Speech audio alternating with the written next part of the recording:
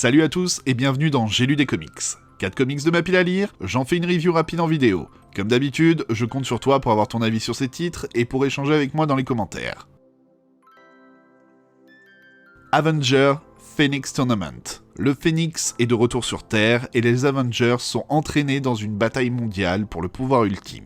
Dans le passé lointain, le seul crime d'une jeune fille était de naître avec des cheveux roux et son destin changera l'histoire de l'humanité pour toujours. Dans le présent, le Phénix recherche un nouvel avatar dans le monde entier et bon nombre de héros et de méchants les plus puissants de l'univers Marvel sont les prétendants. Alors que la bataille pour manier le Phénix devient de plus en plus sanglante et désespérée, Thor mène une autre équipe des Avengers dans un combat pour le contenir. Mais la quête est compliquée par le lien mystérieux du dieu du tonnerre et l'oiseau de feu cosmique. Qui sera le nouveau Phénix ?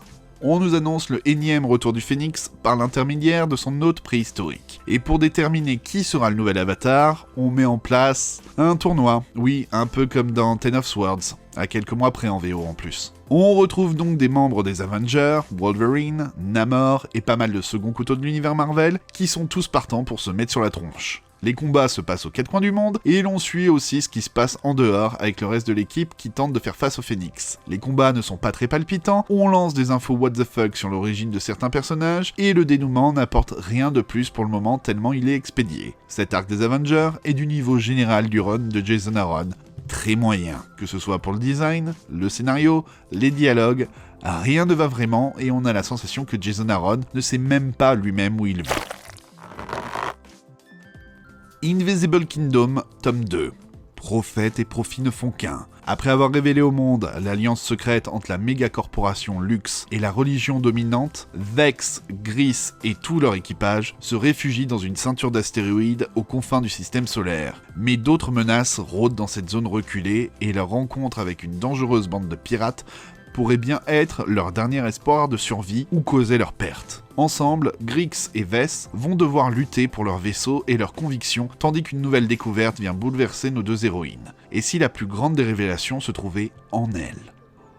On continue sur la dénonciation sociale et la dérive de la société, même si les révélations du premier tome auront eu peu d'effet sur le monde, montrant à quel point les choses vont mal. Mais ce tome n'oublie pas l'action et l'aventure qui sont bien plus présentes que dans le premier tome. Mais c'est toujours pas ça pour moi. Le problème, le tout prend quand même pas mal son temps. Limite, les 2 tomes auraient pu faire 1 tome ou 1 tome et demi. Certains éléments sont pas mal, mais d'autres sont là comme un cheveu sur la soupe. Un peu comme la relation amoureuse entre Vess et Grix. Qu'est-ce qui fait qu'elles s'aiment ? Je crois qu'on se le demande tous. Visuellement, j'ai toujours du mal avec l'aspect graphique, même si je reconnais du talent et du travail. La fin est encourageante, même si on revient un petit peu sur la fin du tome 1. Du coup, je me demande vraiment si je vais vraiment continuer la série, et j'ai un peu du mal à comprendre comment ce titre a pu avoir un prix au-delà de son aspect progressiste.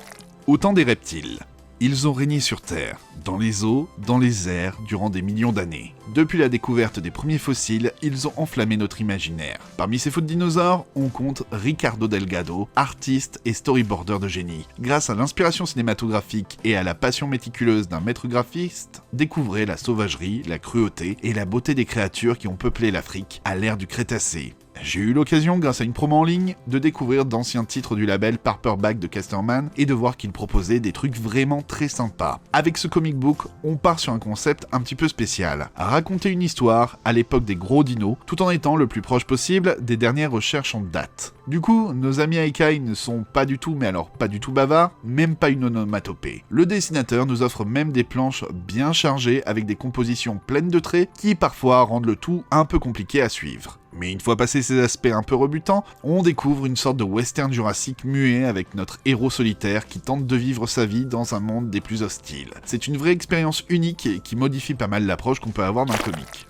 Batman, Curse of the White Knight. Le fléau Jack Napier est de nouveau derrière les barreaux, mais la sérénité est loin d'être de retour à Gotham. Et encore moins au manoir Wayne, où Bruce peine à retrouver équilibre et sérénité. Son pire ennemi n'a pas seulement ébranlé ses convictions et sa raison d'être, il a également durablement saccagé l'image de Batman et sa légitimité aux yeux des habitants de sa ville. La disparition d'Alfred n'est pas sans séquelles non plus, bien qu'elle laisse derrière lui un héritage inattendu. Le journal d'Edmond Wayne, daté de 1685, premier de sa lignée à s'être installé à Gotham, et adversaire d'un certain Lafayette Arkham, dont les ossements ont été récemment découverts dans la cellule du Joker.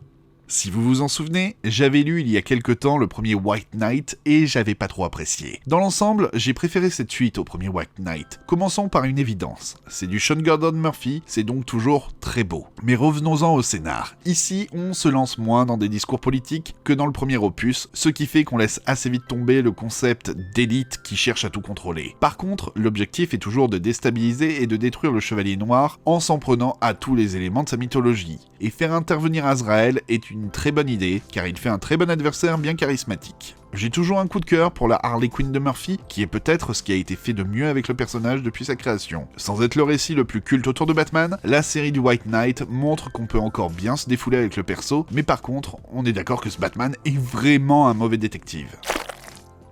Et c'est tout pour ce nouveau J'ai lu des comics. Et toi, tu en penses quoi de ces titres? Est-ce que tu es d'accord avec moi? Et qu'est-ce que tu penses du Batman de Murphy? Je t'attends dans les commentaires pour discuter comics. On se retrouve très vite pour parler comics, et d'ici là, amusez-vous bien. See ya!